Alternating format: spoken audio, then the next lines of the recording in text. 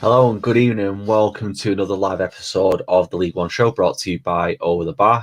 So it's been a few weeks since I've had the pleasure of saying that, but yeah, I'm back this week for some League One discussion.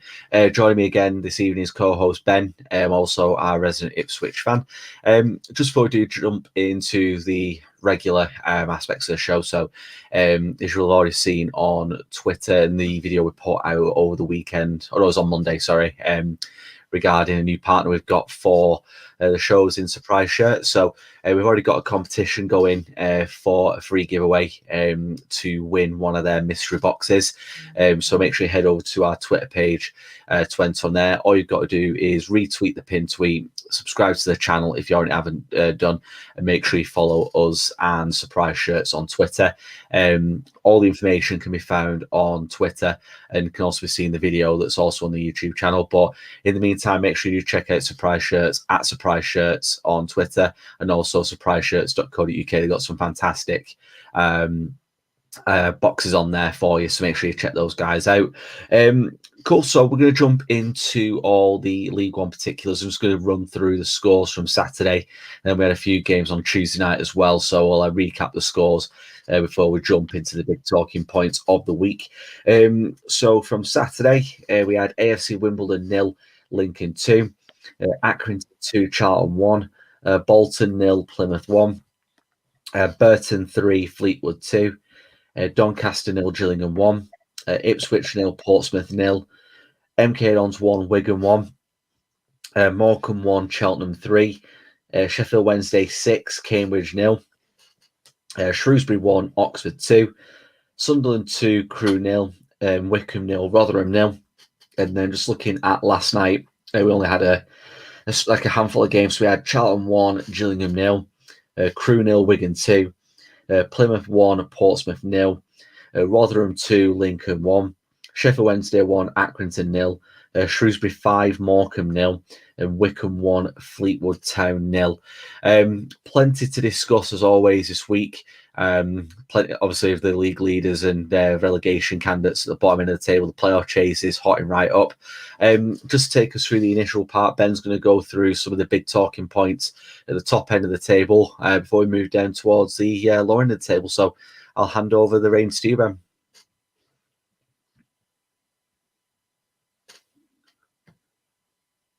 You're muted.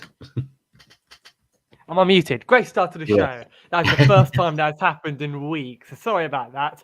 As I was about to say before I muted myself using this microphone, if you want to join us tonight, join us over on the live chat. You can get involved with us and ask in your questions as well. So don't forget to go over on YouTube for that. Also, as David alluded to, we are holding a fantastic competition as well at the moment. So go over on Twitter as well to look at the details for that. But we do have quite a few games to go through this week. As always, we're not going to go through every game due to the fact that there were games on Tuesday as well. But to start off with, we're going to be talking about Rotherham 2, Lincoln City 1, the game from night.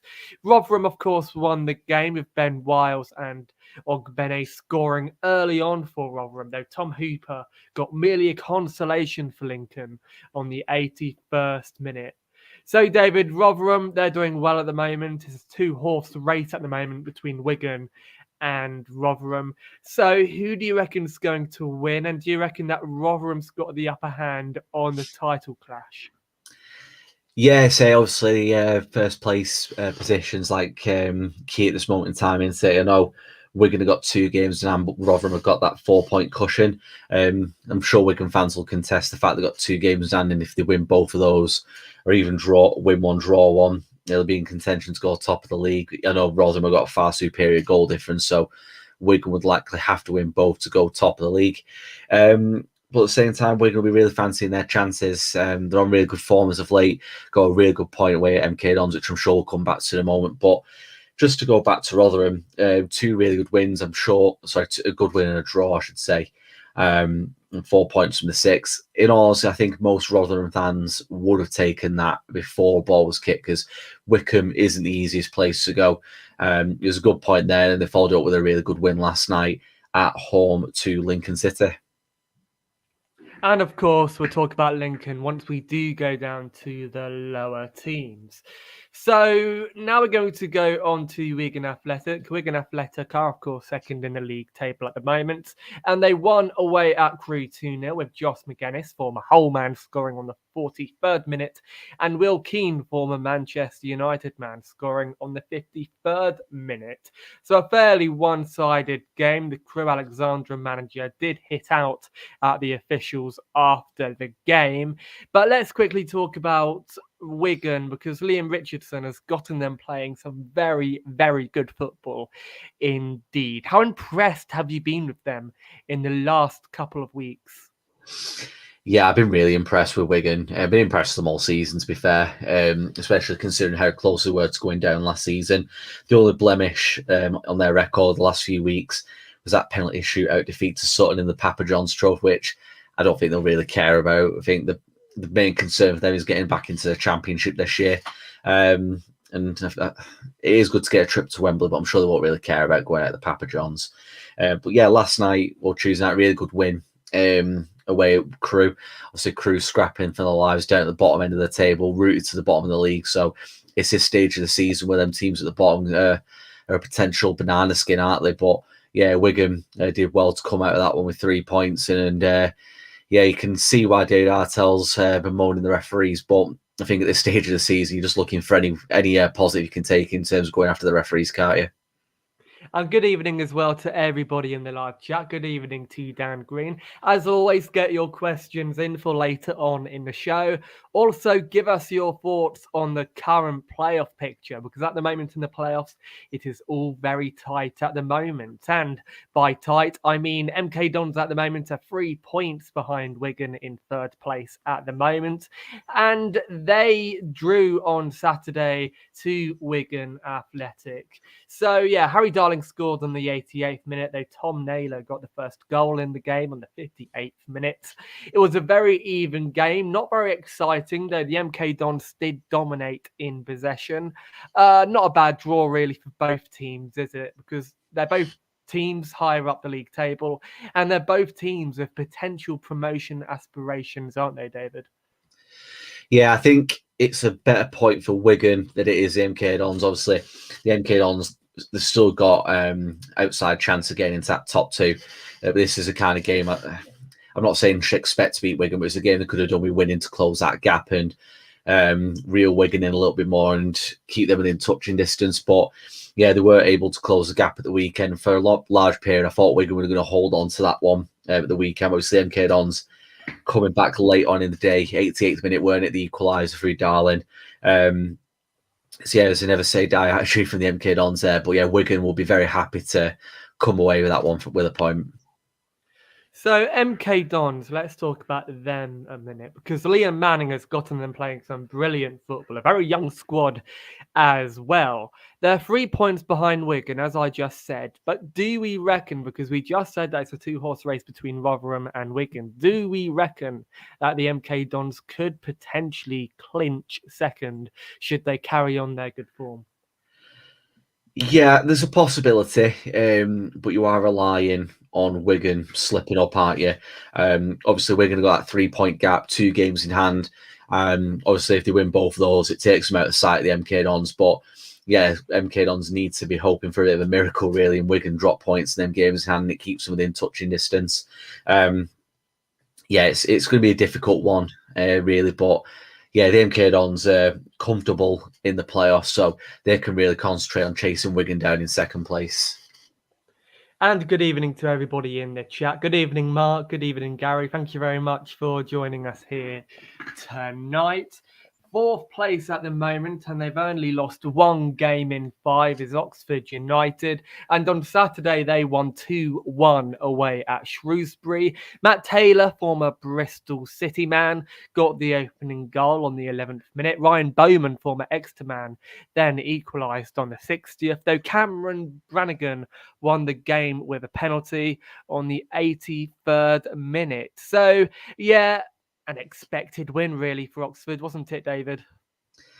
Yeah, so Shrewsbury kind of went into that one on the back of a decent little mini run of 3 games unbeaten. Obviously came to a bit of a crash in Hull last night. But yeah, it's a really good performance, I thought, from Oxford.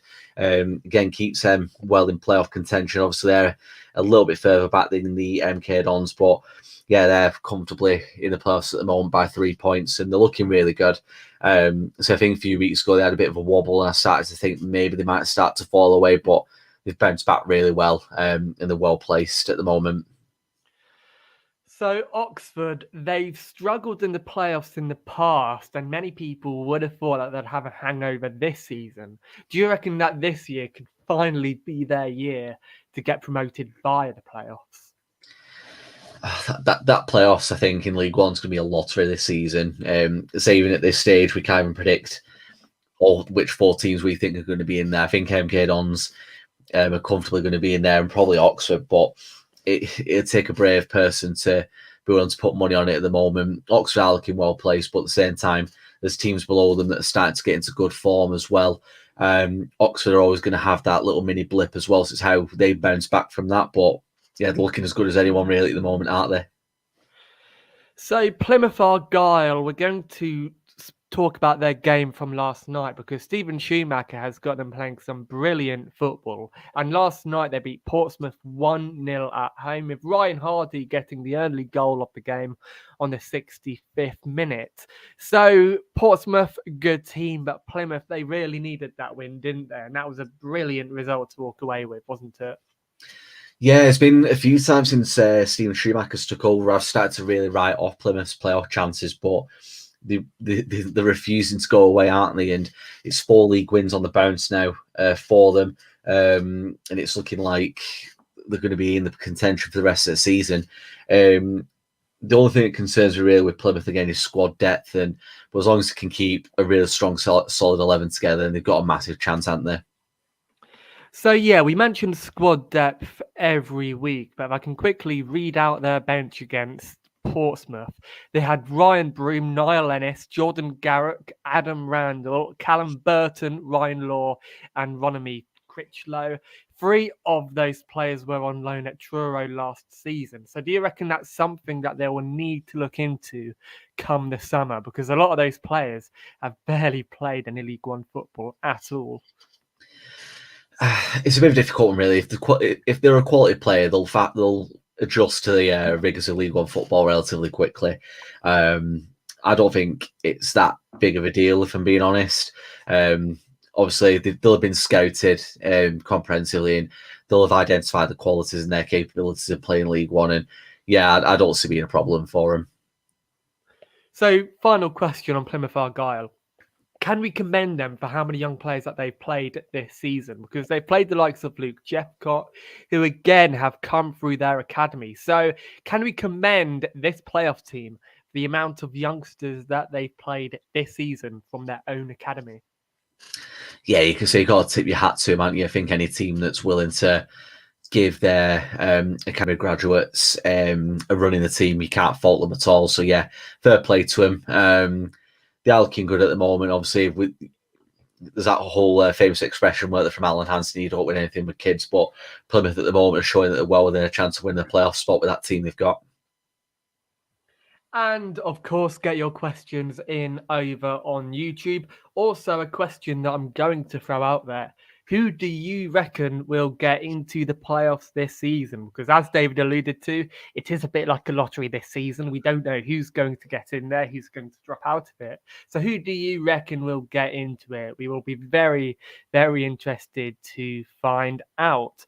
So elsewhere in League One, and we're now going to go to the team directly below Plymouth, that is Sunderland. Sunderland, they've only drawn 2 of their last 5 games, drawing 3 as well. And they've been in good form as of late, haven't they, David? On Saturday, they beat Crewe Alexandra at home 2-0, with Dan Neil and Patrick Roberts scoring for the side.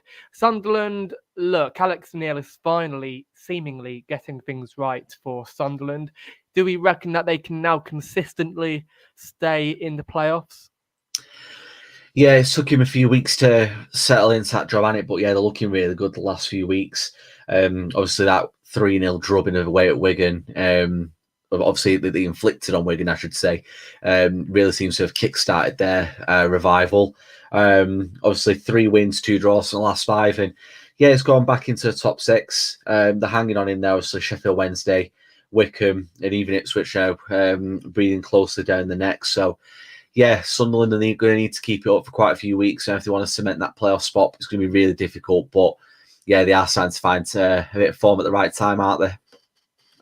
Should we be concerned at their, let's just say, consistency? Because again, Sunderland have been incredibly inconsistent so far this season, and they've got teams like Sheffield Wednesday, Wycombe, and Ipswich breathing down their necks. So should we maybe be concerned about their consistency, or do you reckon that Alex Neil has finally fixed what has been an issue with them all season? Yeah, well, say he's not been in the job that long to say whether they're being consistent, inconsistent, but obviously starting to string some good results together now. And yeah, I think if they can keep this together now for a few more weeks, get to like 8-10 games without defeat, then you've got to say that the consistency is starting to be there. But yeah, it's still early days for Alex Neil yet, but the early signs are promising that could be an issue with the past now. And now we're going to go on to 7th, and 7th at the moment in League One is Sheffield Wednesday, joint on 65 points with Sunderland. Last night they drew 1-1 with Accrington Stanley. We will talk about their game against Cambridge once we come down to Cambridge.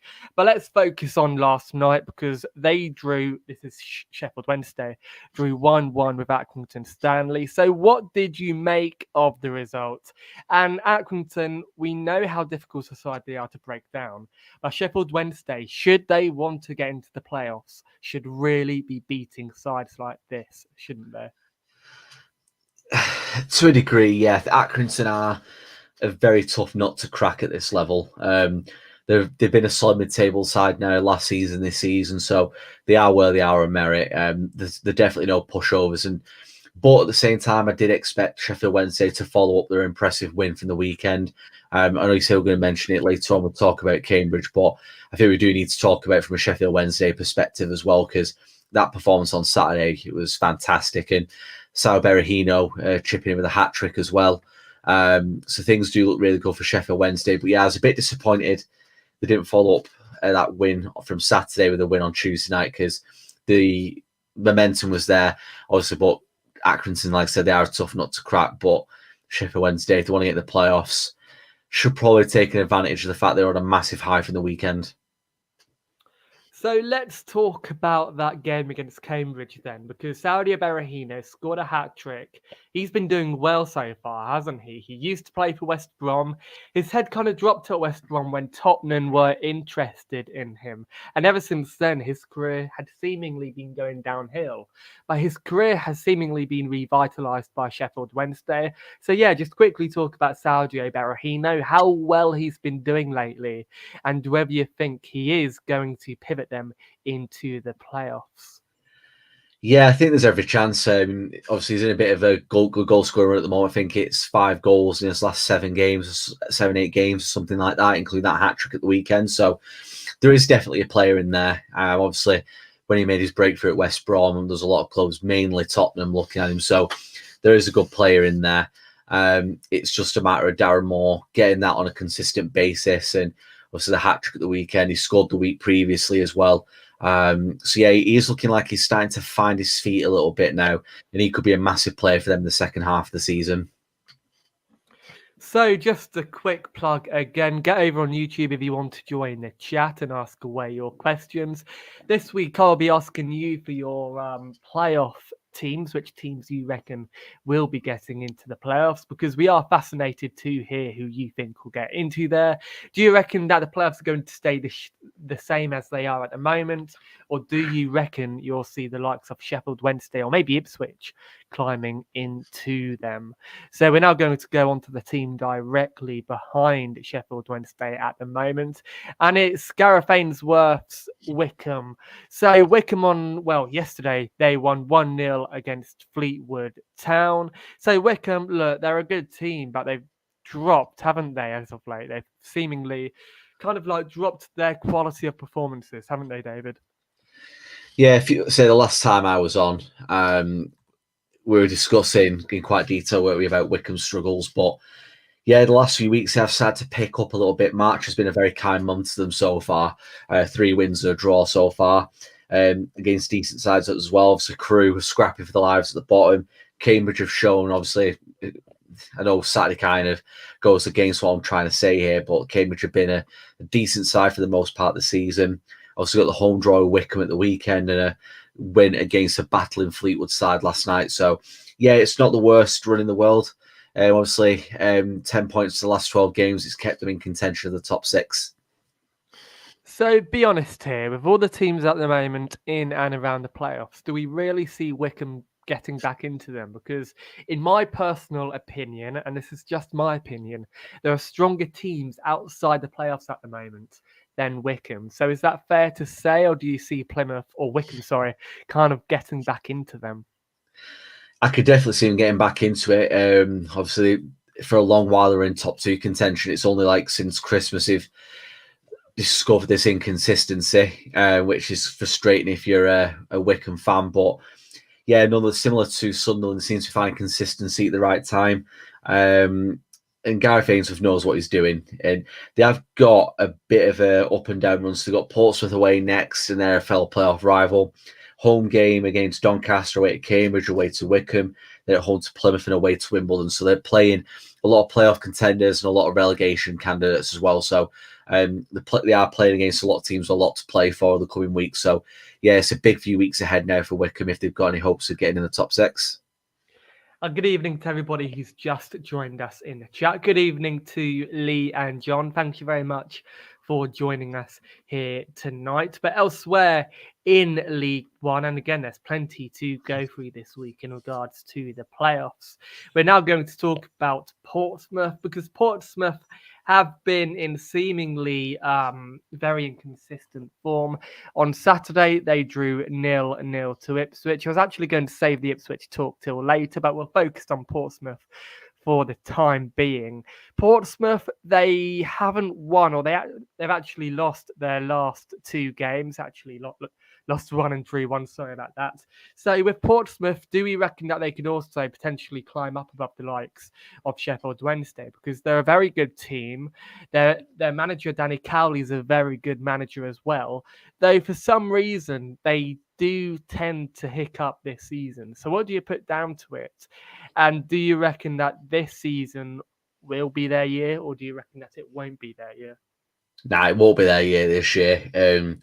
They keep doing this, Portsmouth. They'll go on a really, really good run. You start to think, right, they're really closing in there. They've got a chance, and they throw in a result like they did last night. I know Plymouth are a decent side, but Portsmouth, they're the kind of games they need to be picking something up from if they are wanting to get clawed away back into the top 6 contention, because they need to be making ground on teams like Plymouth. And yeah, last night I thought it was a bit of a missed opportunity because Plymouth, like I've said before, so it's just a bit of a weird one really with Portsmouth. They'll have this great run and they'll go to absolute pot for a few weeks as well. So it's quite concerning really, isn't it? So with Danny Cowley, do you see his career at Portsmouth almost being a project really? Because at Lincoln it was a project. He was there for quite a while and in the end they came good. So do you see a similar thing being with him and Portsmouth? Because if they keep him there long term, in my opinion, they could go on to do brilliant stuff. So would you say that's fair? And is it a project for Danny Cowley? I think he'd want it to be a project, but I don't think the fans and probably the board aren't willing to be as patient as what he might want them to be. Obviously, with his previous successes like Lincoln, he did a good job at Huddersfield, regardless of what people say. I thought he did a tremendous job there under the circumstances.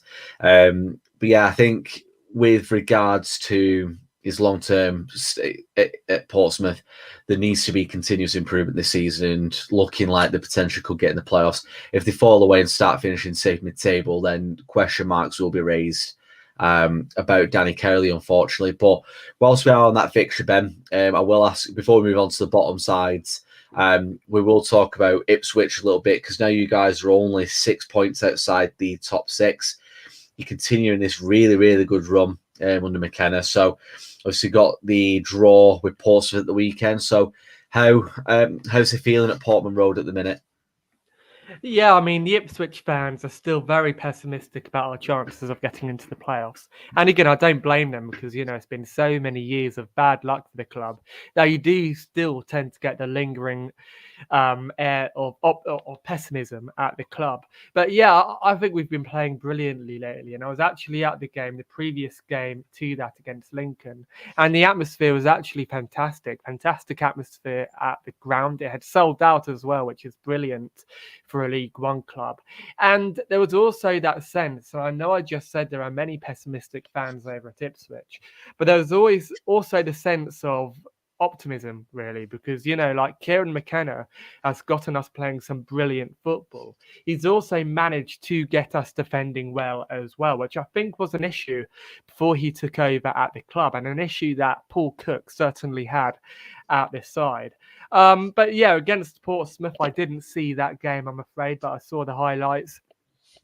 We played okay. We played well. Bursan Selina played brilliantly again. But I think Portsmouth were very happy just to sit behind the ball for most of the game. And fair enough, really, because if you're going to play a team like Ipswich, a team who are going to play very ticky-tacky football, then that's probably the best way you're going to kind of like counter their style of playing. So, yeah, I mean, we're playing Oxford and Plymouth. Those are our next two games. It'd be interesting to see whether we beat those teams, because in my opinion, those two games could potentially define whether we get into the playoffs or not. If we don't, I wouldn't be too disappointed, to be honest, because Kieran McKenna, again, is a good manager and it is a project for him at the club. If we do, then fantastic. I'll hopefully be off to Wembley. But yeah, I'm happy with how we've been playing this season.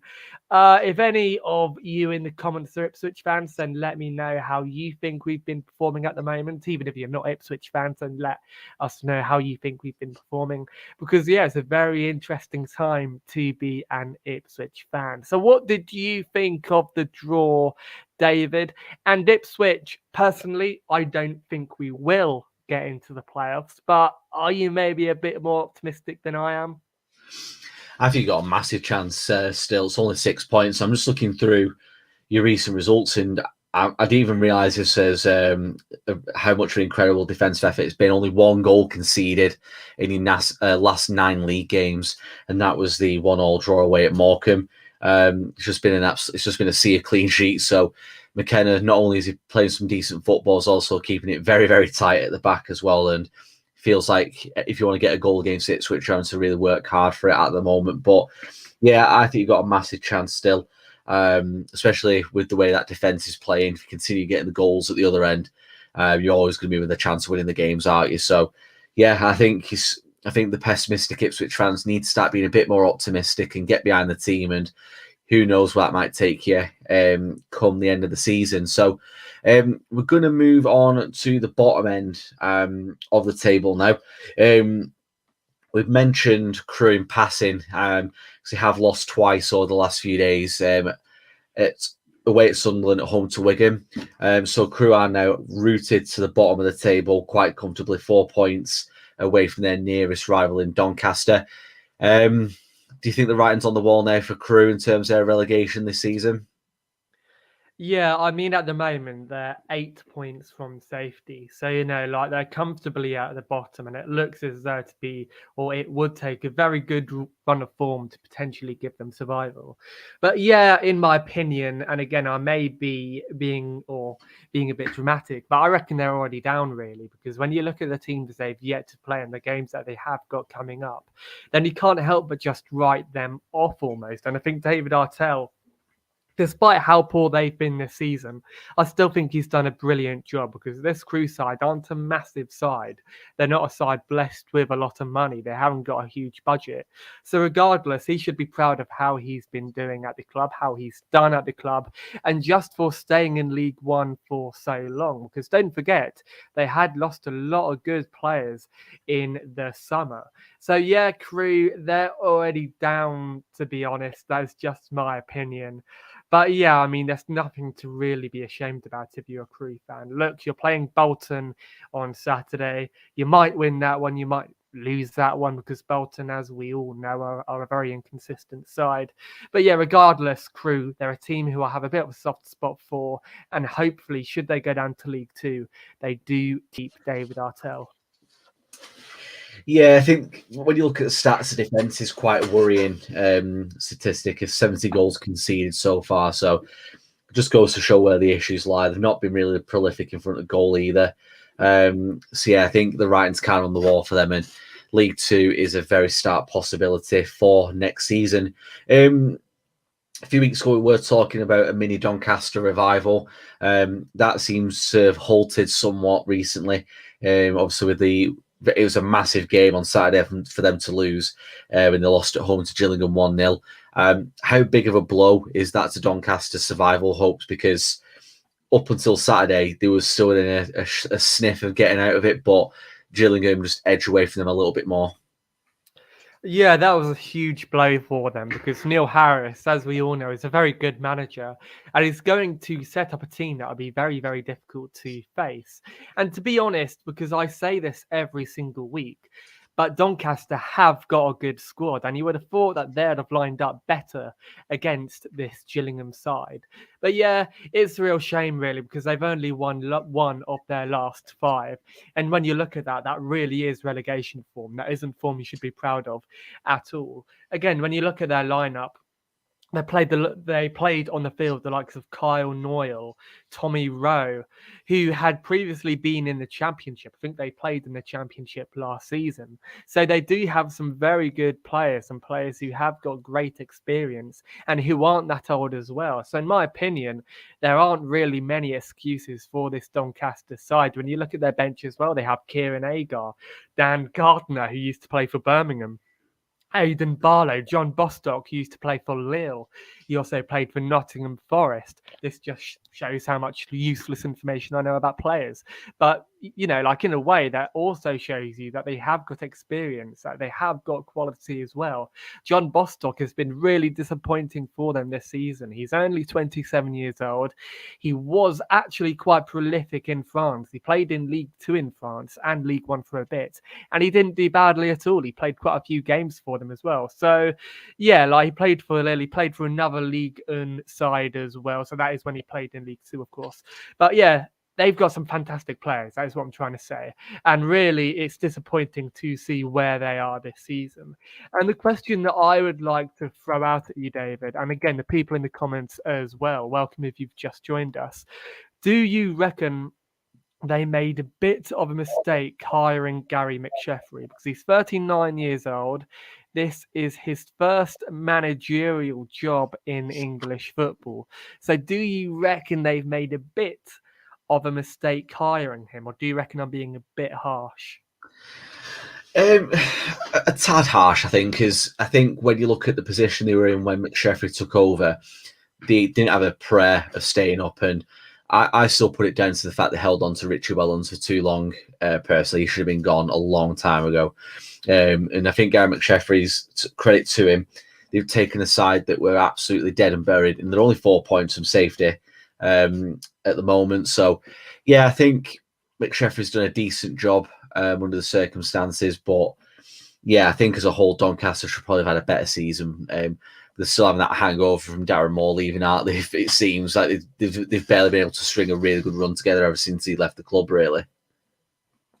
Yeah, and I'd agree with that, really, because, you know, like Doncaster, as I said, I don't think they're a bad side. I think if you get a good manager there, and I'm not calling Gary McSheffrey a bad manager at all, as he is, but if you get a really good manager like Gillingham have done, then you have something to play with. You have a team who have a lot to build on, who have a lot of foundations there as well. So this Doncaster side, I'm very disappointed with how they've done, really, because last season they were close to getting into the playoffs.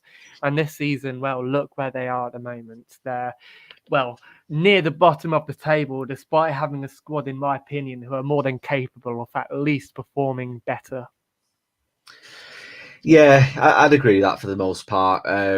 Yeah, it's still quite a long way to go in terms of 8 games. I am saying it's still a long way to go because we're still at 2 months from the end of the season. So, and 24 points to play for. So Doncaster still got every chance. there's teams that stand to crawl away from it a little bit, but there's still teams they can catch quite easily. So, yeah, see how they get on then over the next couple of weeks. We'll have a look at Morecambe next. So, Derek Adams back in charge there. And there's definitely been no new manager bounce there. I think his first game was the Plymouth game, if I'm not mistaken, a couple of weeks ago. And they've lost 3 of their opening 4 games under the returning Adams. Did you expect him to come in and have a bit more of an impact, or is it more of what you expected from them?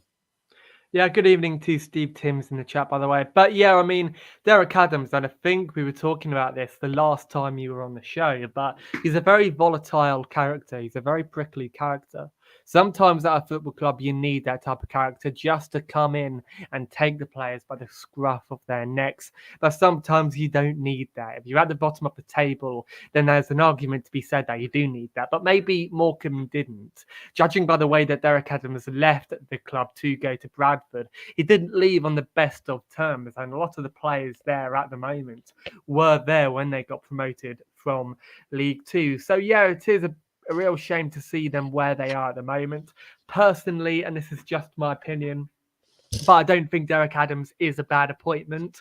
If you want to get somebody in, then get somebody in who's been at the club before, somebody who's gotten you promoted, and somebody who knows the players well as well. So Derek Adams isn't necessarily a bad appointment. I just think that he's taken over at a club who have been struggling as of late, and the way he did leave the club may subconsciously have or be having an effect on the players at the moment. But an issue that I just want to bring up with Morecambe is the age of their defence, because they played a back 3 in their game against Shrewsbury, and they played the likes of John Bordeaux, who is only 19 years old. He is on loan from Burnley.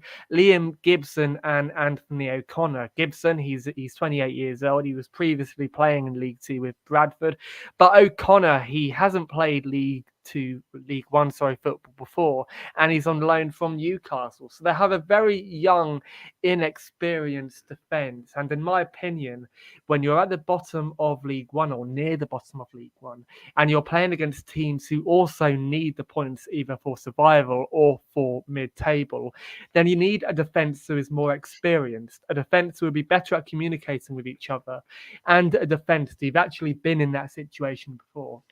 When you look at the defence that they have at the moment, a lot of those players are still youngsters. They've never been in that situation before, and they've almost been thrown into the deep end, really, because I know that Bordeaux actually came in December. So, in my opinion, their defence is something to be concerned about.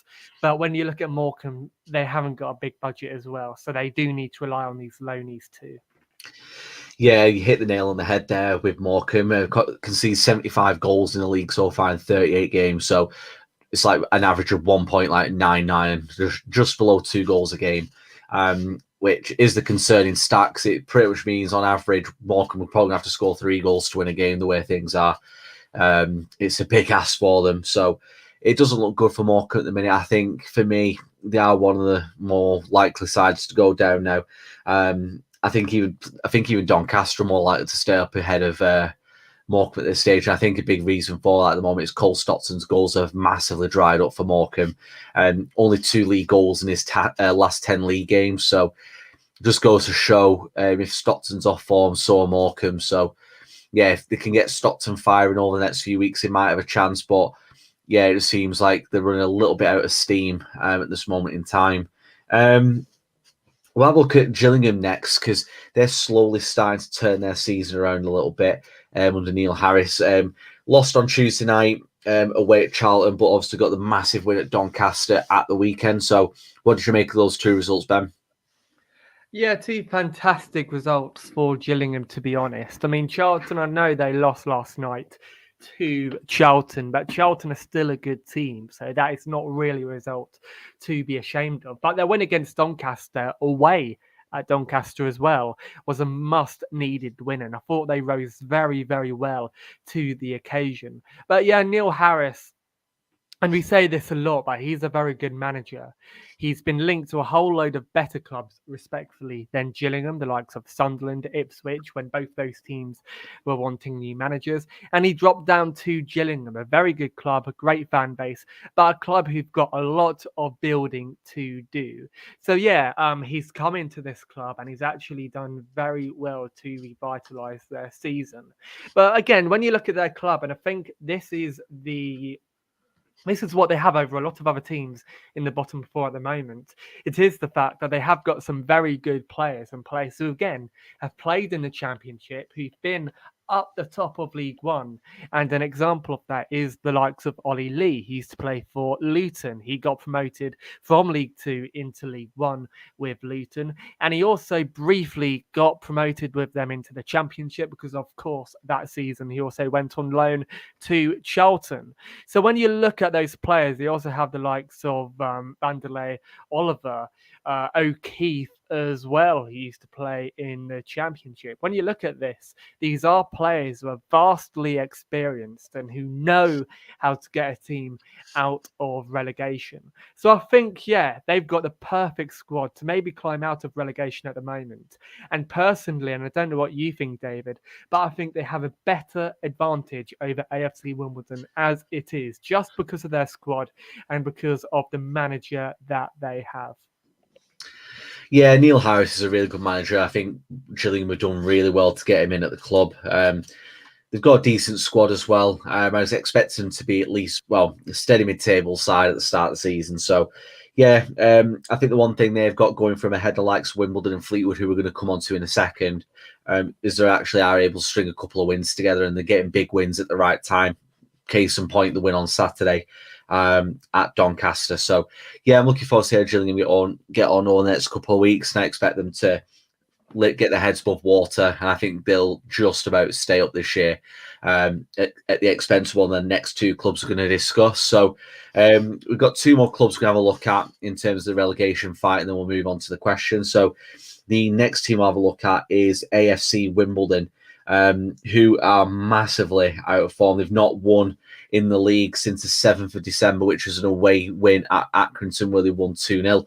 And they've not registered a win in any competition since. So are you worried for where AFC Wimbledon's survival hopes? Yeah, and this may be an opinion coming from somebody who's very ill-informed about the club. But my issue with AFC Wimbledon is that they have a very soft touch. They're easy to break down and they're easy to beat at the back. And that's an issue that we've seen for a while. We saw it when they went away to Plymouth. The squad looked very leggy, very tired. That is a game that I managed to see as Plymouth are local to me.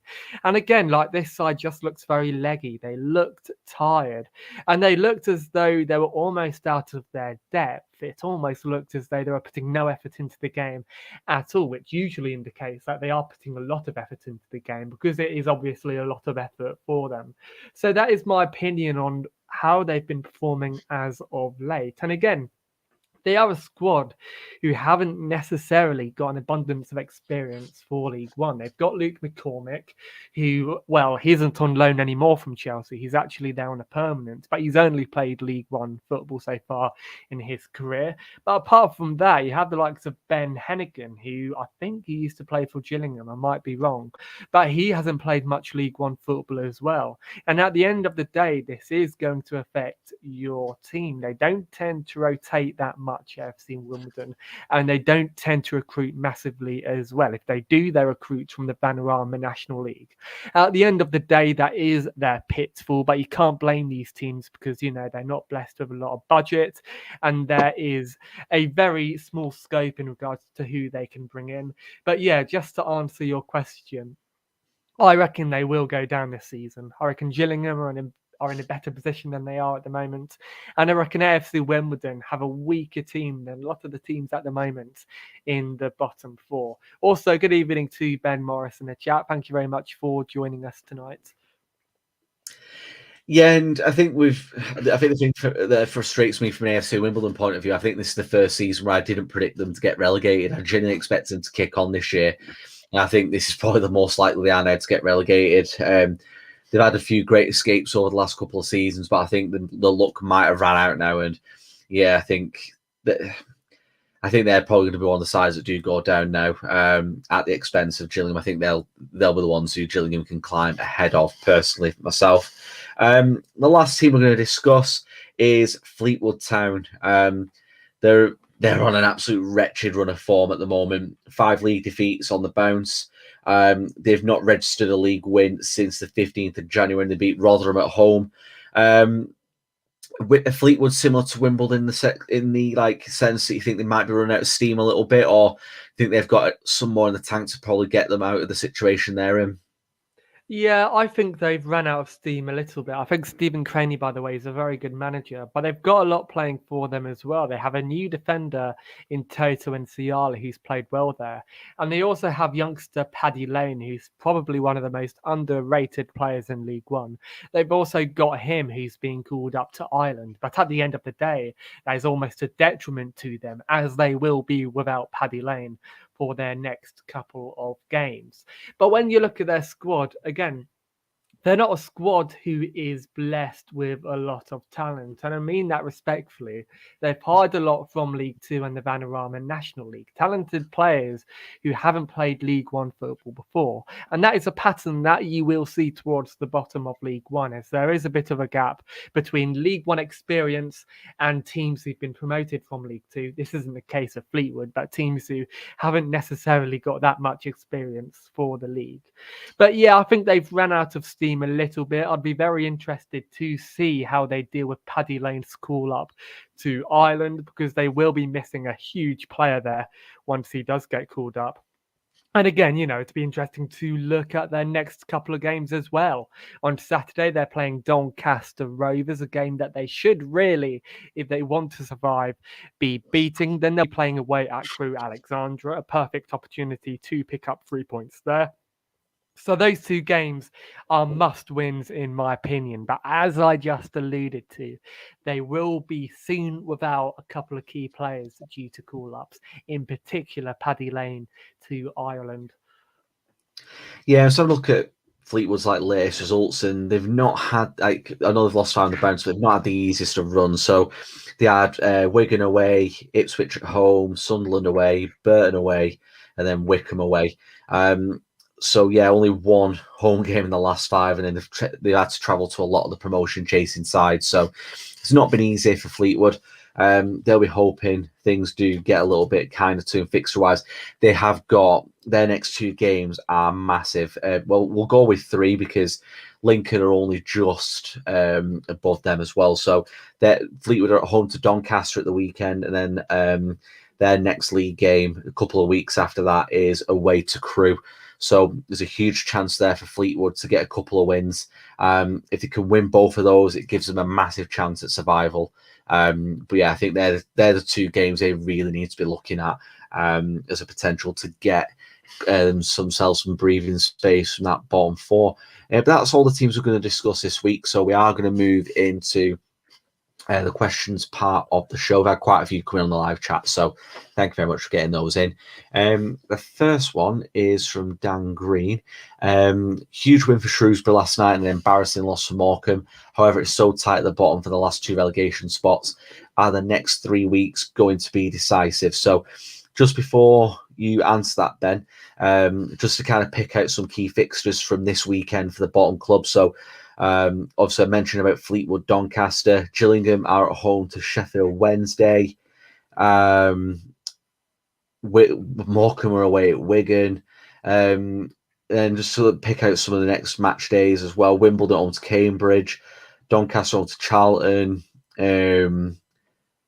That's a couple of the big ones from that one. So yeah, do you think the next few weeks are huge in terms of relegation battle, or do you see this going all the way to the wire? Yeah, because a lot of these teams this week in the last match day have been playing themselves as well, like playing each other. So yeah, I think it's a very important couple of weeks. It'll be a very important couple of weeks for AFC Wimbledon and Fleetwood, because they will want to climb away from the bottom 4. Hopefully they will survive. Huge couple of weeks for Lincoln City as well, as they are, in my opinion, at the moment, kind of kind of comfortably above the bottom four, but they're still a team who are in very bad form at the moment. So I think it's a bigger couple of weeks for the teams right above the relegation zone, because it's a chance for them just to kind of climb away from the bottom four. But yeah, I mean, again, Gillingham, Morecambe, they'll be hoping that in their next couple of games, next couple of weeks, that they'll be picking up a couple of points there. So yeah, I mean, I'd be interested to see in 3 weeks' time when we next meet up for the show, which will be not in 3 weeks' time, to be next week, actually, if this makes any sense at all. But it'd be interesting to see where they will be in 3 weeks' time once we do this show again in 3 weeks' time, if that makes any sense at all. Apologies for butchering your question there, by the way. So Matt Baker's gone on to say, I'm predicting the bottom four at present to be the same at the end of the season. I think me and you already said, Ben, that we're expecting Gillingham to get out of that. So slight difference of opinion there from Mark. Next question is from Gary Jones. Can you see Fleetwood getting a win anytime soon? Yeah, I think this weekend is the big one, Gary. At home to Doncaster, then away to Crewe. So they need to be picking a win up from one of those two games. But do you think they'll get a win from one of those two, Ben? Yeah, a question that I'm probably not going to butcher, but I reckon they will probably be picking up a couple of points in the next couple of weeks. My only concern, and this is a concern that I did bring up when we were talking about Fleetwood, but it is the fact that they will be losing Paddy Lane to Ireland. And again, he's a huge player for them, probably one of their only bright sparks from this season. And in my opinion, they'll probably struggle to keep hold of him come the end of the season. But Doncaster, Crewe, Alexandra, two teams, in my opinion, who they should at least be getting a draw with, probably beating. But that's just my opinion, because I think Fleetwood still have the quality in their squad, especially considering the new players that they've brought in, like Teto and Ciala, to be winning these games. And again, these games arguably mean more, in my opinion. Like, take Crewe Alexandra and Fleetwood, for example. That game means more to Fleetwood than it does to Crewe Alexandra, because Fleetwood will be wanting to get away from the bottom four. Crewe Alexandra, in my opinion, are already dead and buried. So yeah, it'd be very interesting to see how many points they pick up in their next couple of games. Yeah. The next question is from Steve Timms. It's just regarding, I think there's a dig in here at Sunderland. So seeing as though Sunderland will still be in this league next season and all eternity, do you think Sheffield Wednesday and other big clubs that drop into this league suffer from underestimating it? He's just gone to say after that as well, shouldn't we give more credit to the clubs that do manage to climb out? 23 years ago, Man City were down here and came back up, and that was before they had money. Saints like Southampton, CPFC, presumes Crystal Palace, but I don't remember them being in League One at any point. Obviously, correct me if I'm mistaken. Obviously, Leeds are in there. Obviously, a couple other clubs to mention that were in League One as well. Obviously, Sheffield United. They end up bouncing back and getting into the Premier League. Yeah, Norwich have been in that level before. So, yeah, a lot of clubs have done it before, and other clubs will do it again. But, yeah, do you think Sheffield Wednesday and other clubs like Sunderland have like massively, like in Ipswich as well to a degree, do you think a lot of people have underestimated League One when they get relegated, considering the stature of the club? Yeah, and I think from experience, a lot of the problems with teams going into League One, especially Ipswich, is the fact that they do simply throw cash at it.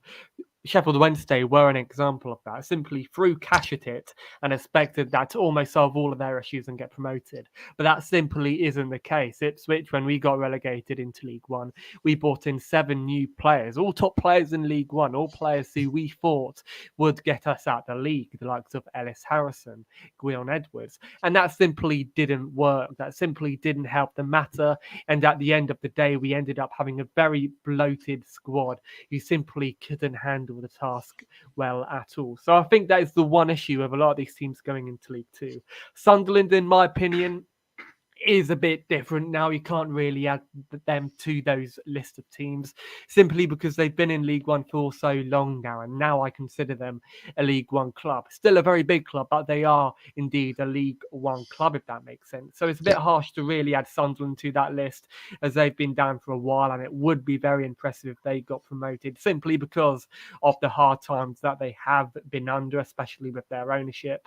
But yeah, with a lot of the clubs like Sheffield Wednesday, yeah, they've underestimated it. And their answer to getting relegated was to simply throw cash at it. And a lot of the signings, bar Saudi Barahino, haven't necessarily hit the ground running. So yeah, that is my answer to your question. The bottom 4 teams who do stay up, I reckon that is also a very impressive feat to get as well, because you do get a lot of League 2 teams who aren't huge, who do incredibly well just to stay up. And it is always nice to give the likes of Morecambe a bit of credit just for potentially staying up. I know Morecambe are in the relegation zone at the moment, but a couple of weeks ago we were talking about survival, weren't we? Next question is from Ben Morris. Hi, fellas. If people like me are saying the top 8 is sorted, who are you lads expecting to make the playoff final and who will win it? Just before we offer who we reckon is going to contest the playoffs, I think saying it's just the top 8 is a bit, I don't say wrong, but I think there's teams that could still get in there that aren't in the top 8. Mainly Ipswich and Portsmouth a push. I think anyone from 10th, including Bolton in that, because I know Bolton were being talked as possibly sneaking in at one point. I don't see Bolton getting in there, but I think anyone from Portsmouth upwards still has a chance at the playoffs, and I still think Ipswich are going to sneak in there. But yeah, who do you think is going to contest the final, and who do you think is going to win it, Ben? Yeah, I mean, if I could just list off the teams who I reckon will get into the top 4. And I know I've been asking everybody for their top 4, well, not top 4, but for their playoff predictions. But the teams who I think will reckon, or who I reckon will get into the playoffs, is Milton Keynes, Oxford, Plymouth, and Sheffield Wednesday. I've actually added Sunderland out of it because I still reckon that Sunderland have got a couple of hiccups, and we've yet to see whether they've actually come over those hiccups being inconsistencies. So yeah, I reckon playoffs do indeed go down to 10. I reckon the likes of Portsmouth, Ipswich could very well get into the playoffs, but it depends how many points they can pick up, obviously. And again, the buzzword that is consistency, especially for the likes of Portsmouth, who do tend to lose to the bigger teams in League One. So it will be tightly contested so far this season. I know a lot of people will disagree with my playoff picks, but look, at the end of the day, there are so many teams to pick from, in my opinion, that it is simply unpredictable, because even Wigan Athletic could mathematically get into the playoffs. I know they're in the automatics at the moment, but the MK Dons are only 3 points behind them. So it will be tighter than a lot of fans might expect. Bolton, I'd agree with you there, David. I reckon they're a team who, again, are incredibly inconsistent. And when they do lose, they do indeed get battered. So I'd say any team from 10th and above can potentially get into the playoffs. Yeah, I'm going to go with some different teams. I think I'm going to go with MK Dons, Sunderland, Sheffield Wednesday, and Ipswich to get in the playoffs. I think I'm going to go with that order as well, which would mean MK Dons against Ipswich and Sheffield Wednesday versus Sunderland. I'm going to go with the playoff final of Ipswich against Sheffield Wednesday. I think Sheffield Wednesday to go up in the playoffs. Personally, I've just mapped out the rest of the season in my head there, just looking at it. So, yeah, they're my picks anyway for the playoffs this season. Anyway, got a comment here from Tube20 Tommy. I have a very good Gills friend who texted me last week. The club's lost its soul and direction. I can't see Gills surviving for much longer. That take of a massive Gills fan. Yeah, I've seen a very similar take on Twitter myself. There's a few Gillingham fan pages that I follow who seem to agree with that statement about the club having its soul ripped out of it. And I think that's mainly, I can never remember the name of the chairman, chairman owner. Scally, I think. What, sorry? Paul Scally, I think that's his name. It, yeah, Paul Scally, yeah. It seems that Scally's just gone helpful and just ripped the soul out of the club. But yeah, if they can stay up this season, it gives them a massive platform to try and bring that soul back next season. But yeah, they're going to be in the mire for a bit longer out there this season. Last question is for you, Ben. I think the first part, we've already answered the second part regarding the playoffs, but Josh Lane has said, Ben, do you think Ipswich will go up, and which teams do you think will end up in the playoffs? We've just covered the playoff aspect. So, I think you didn't have Ipswich as making it, did you, Ben? No, and I'm very surprised to see people a lot more optimistic about Ipswich. And again, like I criticise the people who are very pessimistic about Ipswich. After tonight's show, I'd probably be considered one of them as well. But look, my problem with Ipswich is that I reckon there are teams better than us at the moment in the league. Not down to Kieran McKenna's style of football, to how well he's managed us, but simply judging how they've played for the length of the season. I reckon if we did get into the playoffs, we would probably lose in the final. I'll still go along anyway. But yeah, I don't reckon we will go up this season simply because it is a transitional year for Ipswich once again. And Kieran McKenna, he has the excuse not to get into the playoffs. If we don't get into the playoffs, then, it won't be the end of the world. Fans will still love him for the time being. And I simply think that at the moment, given how he's still a manager, trying to find his way in the league, trying to find his feet in the league as well, that it might be a big ask just to kind of like not ask Ipswich, but see Ipswich getting into the playoffs. But again, when you look at how we've been playing lately, then there's any chance that we could get into the playoffs. And if we do, then again, Viva Ipswich, I'll be wearing one of these shirts at the final.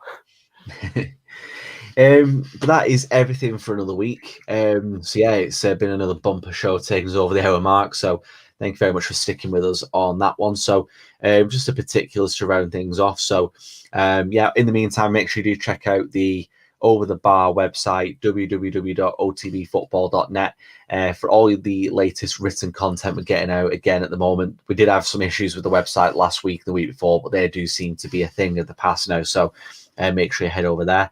If you are new to Over the Bar, make sure you head over to @OverTheBarFB. It's where we've got the competition ongoing at the moment, so make sure you get involved with that. And check out Surprise Shirts while you're there as well, @Surprise Shirts. And drop us a follow as well. It's very much appreciated. That's where you'll see all the new video, written content, and anything else we feel like you might be interested in shared on there. If you are watching us live on Twitter, make sure you head over to the YouTube channel, youtube.com/OverTheBarFB. Make sure you drop us a sub on there while you're there and click the bell icon for all the latest video content that we do put out. We will be back on Friday with another episode of the League Two show. So make sure you are back for that one. I'm not sure if we're supposed to have a guest for Friday, whether it happens or not. We'll get it confirmed, and we'll obviously get it communicated on the social media channels. So keep an eye out for that one, and we'll see you all on Friday. And enjoy the rest of your week.